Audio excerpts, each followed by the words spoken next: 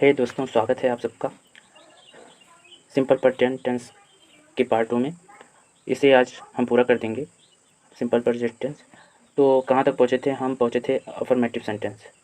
तो अब जान लेते हैं what is affirmative sentence of simple present tense. तो देखो, इसका मतलब है सिंपल प्रेजेंट टेंस का अफर्मेटिव सेंटेंस क्या है, जान लेते हैं। जिन वाक्यों के अंत में ता है, ती है, ते हो, ता हूँ आदि ऐसे शब्द आते हैं तथा ना तो कोई नकारात्मक शब्द हो और ना ही कोई प्रश्नवाचक शब्द हो, तो इस तरह के वाक्य अफर्मेटिव सेंटेंस कहलाते हैं सिंपल प्रेजेंट टेंस के। समझ में आया?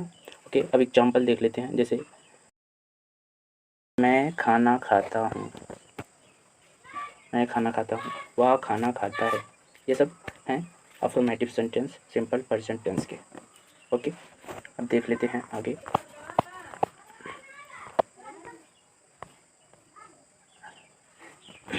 अब जान लेते हैं rules of making affirmative sentence of simple present tense. इसका मतलब है अफर्मेटिव सेंटेंस बनाने का नियम क्या है? नियम बहुत ही आसान है दोस्तों, आपको दिमाग लगाना है बस। इस नियम में सबसे पहले आपको सब्जेक्ट लिखना होता है। जब पहला नियम है ये, जब सिंगुलर सब्जेक्ट हो, यानी एक वचन सब्जेक्ट हो, जब तब सबसे पहले सब्जेक्ट, फिर वर्ब का फर्स्ट फॉर्म में यस या यस, क्रिया के अनुसार, क्रिया जैसी हो उसके अनुसार आपको वर्ब लगानी है। फिर उसमें यस या यस जोड़ देना है। फिर उसके बाद ऑब्जेक्ट, फिर अदर्स, जो ऑब्जेक्ट के बाद जो भी बचता है वो ऐसे लिख देंगे। ओके, ये हो गया सिंगुलर सब्जेक्ट के साथ अफर्मेटिव सेंटेंस को बनाना। ओके, अब प्लूरल सब्जेक्ट के साथ देखो, सबसे पहले सब्जेक्ट, फिर वर्ब का फर्स्ट फॉर्म, फिर ऑब्जेक्ट, फिर अदर्स। इसमें एस आई एस का प्रयोग नहीं होता है क्योंकि बहुवचन जो है उनके साथ एस आई एस का प्रयोग क्रिया में नहीं होगा। ओके, तो एग्जाम्पल देख लेते हैं। एक वचनकर्ता के साथ जो है उसका एग्जाम्पल है ये, वह घर जाता है। तो कर्ता इसमें क्या है? वह है। तो वह की अंग्रेजी क्या लिखते हैं? ही। तो अब जाता है क्रिया है, तो क्रिया की अंग्रेजी गो। तो इसमें एस आई एस का प्रयोग है। गो के साथ गोज हो जाता है, गो के साथ ही एस का प्रयोग होता है और गो के साथ हमेशा टू का प्रयोग होता है। तो इसका क्या हो गया? ही गोज टू होम, वह घर जाता है, ही गोज टू होम। ये सब्जेक्ट है और ये है आपका क्रिया और ये है आपकी ऑब्जेक्ट। ओके, अब देख लेते हैं तुम बाजार जाते हो। ये प्लूरल सब्जेक्ट का है। प्लूरल सब्जेक्ट वाला ये वाक्य बनाने में आपको बहुत ही आसानी होने वाली है। पहले सब्जेक्ट का अंग्रेजी शब्द लिखेंगे यू, फिर उसके बाद क्रिया लिखेंगे। क्रिया क्या है? जाता। तो you go to, you go to, या में ऐसे आई का प्रयोग नहीं होना है, तो यू गो टू। फिर बाजार क्या है? ऑब्जेक्ट है, ऑब्जेक्ट, तो ऑब्जेक्ट लिख देंगे यू गो टू मार्केट। बस सिंपल सा है। ओके, देखते हैं आगे। अब जान लो दोस्तों what is negative sentence of simple present tense. Simple present tense का नेगेटिव सेंटेंस क्या है, क्या होता है? तो बता दें आपको, same to affirmative sentence of simple present tense. इसका मतलब ये है कि अफर्मेटिव सेंटेंस के जैसा ही होता है, बस होता इतना है कि इन वाक्यों में नकारात्मक शब्द पाए जाते हैं। ये लाइन जो है आपकी,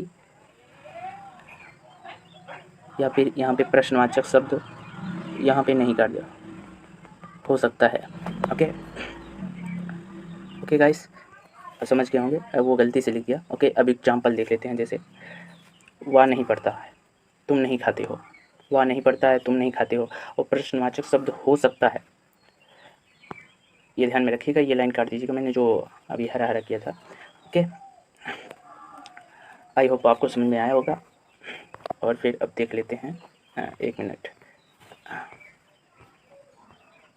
rule for making negative sentence of simple present tense, यानी सिंपल प्रेजेंट टेंस के नेगेटिव सेंटेंस को बनाने की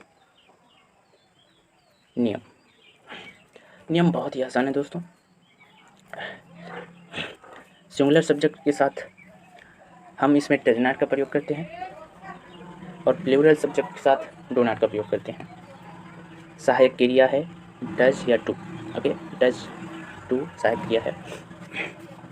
तो पहला सिंगुलर सब्जेक्ट के साथ जो नियम है, सब्जेक्ट, फिर डज नॉट, फिर वर्ब की फर्स्ट फॉर्म, फिर ऑब्जेक्ट, फिर अदर्स। ओके, और प्लूरल सब्जेक्ट के साथ जो है नियम, सबसे पहले सब्जेक्ट, डू नॉट, वर्ब की फर्स्ट फॉर्म, ऑब्जेक्ट, फिर अदर्स।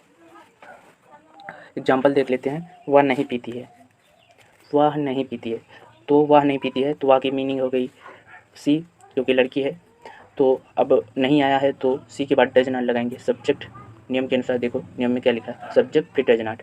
तो सी डज नॉट, पीती है क्रिया है, ऑब्जेक्ट है, क्रिया है, ऑब्जेक्ट नहीं है, तो क्रिया की मीनिंग लिखेंगे, फर्स्ट फॉर्म लिखना है drink, she does not drink, वह नहीं पीती है। ओके, देखो दूसरा है जो प्लूरल सब्जेक्ट के साथ है, मैं नहीं सोता हूँ, मैं नहीं सोता हूँ।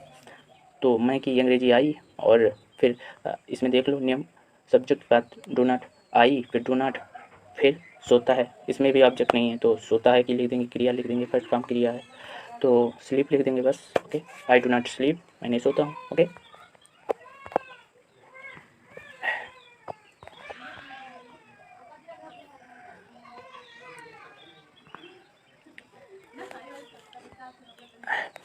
What is interrogative sentence of simple present tense.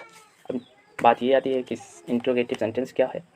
Same to affirmative negative sentence of simple present tense, यानी बिल्कुल अफर्मेटिव नेगेटिव जैसा होता है, पहचान वगैरह, बस इसमें प्रश्नवाचक शब्द भी होते हैं बस, और चिन्ह भी होता है।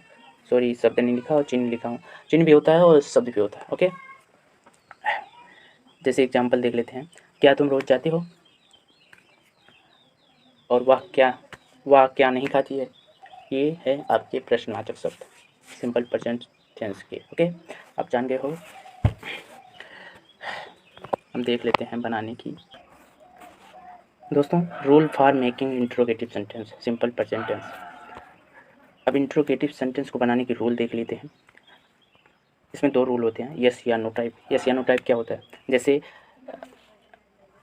जिन वाक्यों में क्या सबसे पहले आ जाता है वो होते हैं, उन वाक्यों को इस नियम के अनुसार बनाते हैं। ओके, जिन वाक्यों में क्या सबसे पहले आ जाता है उन वाक्यों को इस नियम के अनुसार बनाते हैं। ओके, तो ये नियम देख लेते हैं क्या है। सबसे पहले इस नियम में लिखते हैं डू या डज का प्रयोग करते हैं। अगर सहायक क्रिया सिंगुलर है तो डज, प्लूरल है तो डू, फिर उसके बाद सब्जेक्ट, फिर उसके बाद क्रिया का फर्स्ट फॉर्म, फिर उसके बाद ऑब्जेक्ट, फिर अदर्स। ओके, यदि नहीं है तो क्या होगा, डू या does plus object plus subject plus not plus verb की फर्स्ट फॉर्म प्लस ऑब्जेक्ट। बस सिंपल है, बिल्कुल सिंपल है। डू या does plus subject plus not plus first form plus object. Okay, अब रूल 2 देख लेते हैं। W S type. W S type क्या है, जैसे हो, हाउ, हो। डब्ल्यू एस टाइप जिन वाक्यों के बीच में आता है क्या, कैसे, प्रश्नवाचक शब्द, उन वाक्यों को इस नियम के अनुसार बनाते हैं। इस नियम के अनुसार बनाते हैं। तो जान लेते हैं ये नियम क्या है। सबसे पहले W H type, W H यानी डब्ल्यू एच मतलब वाट, हु, ये प्रश्नवाचक शब्द। फिर उसके बाद डू डज सब्जेक्ट के अनुसार प्लूरल है या सब्जेक्ट सिंगुलर है। फिर उसके बाद सब्जेक्ट, फिर उसके बाद वर्ब फर्स्ट फॉर्म, फिर उसके बाद ऑब्जेक्ट, फिर अदर्स। ओके, इसमें भी नॉट है तो इसमें क्या होगा, डब्ल्यू एच फिर उसके बाद डू या डज प्लस सब्जेक्ट, फिर प्लस सब्जेक्ट के बाद प्लस नॉट, फिर वर्ब की फर्स्ट फॉर्म, फिर ऑब्जेक्ट। देख लो एग्जाम्पल देख लो। क्या तुम जाते हो, क्या तुम जाते हो, क्या तुम जाते हो, ये कौन सा नियम है, बताओ। यस या नो टाइप ना। तो सबसे पहले क्या आया है, तो यस या नो टाइप के अनुसार ये बनेगा। यस या नो टाइप में नियम क्या था, सबसे पहले देखो डू या डज का प्रयोग, फिर उसके बाद सब्जेक्ट, डू या डज तो यह बहुवचन है, सब्जेक्ट तो डू, और फिर सब्जेक्ट, फिर यू, फिर क्रिया, फिर को। यहाँ पे क्वेश्चन मार्क लगाना ज़रूरी होता है, और जब ऑब्जेक्ट ना हो तो टू नहीं लगाएंगे। ओके, मैं कैसे खाता हूँ, ये है आपका W H type. W H type में क्या होता है, हाउ, सबसे पहले क्वेश्चन मार्क शब्द लिखते हैं, क्वेश्चन प्रश्नवाचक शब्द लिखते हैं हाउ, और उसके बाद डू या डज का प्रयोग करते हैं। तो बहुवचन है तो हाउ डू, फिर मैं है तो आई, फिर ईट, तो हाउ डू आई ईट, मैं कैसे खाता हूँ। ओके दोस्तों, मिलेंगे अब आपको सिंपल कंटिन्यूअस टेंस समझाने अगले वीडियो में। इसका पार्ट 2 तो पूरा हो गया। ओके, तो वीडियो पे बने रहिए। अगर वीडियो पसंद आती है तो लाइक, शेयर, कमेंट और सब्सक्राइब करना ना भूलें। बेल आइकन दबाना ज़रूर ना भूलें, इससे ही आपको नोटिफिकेशन मिलेगा। तो बाय बाय दोस्तों। ओके।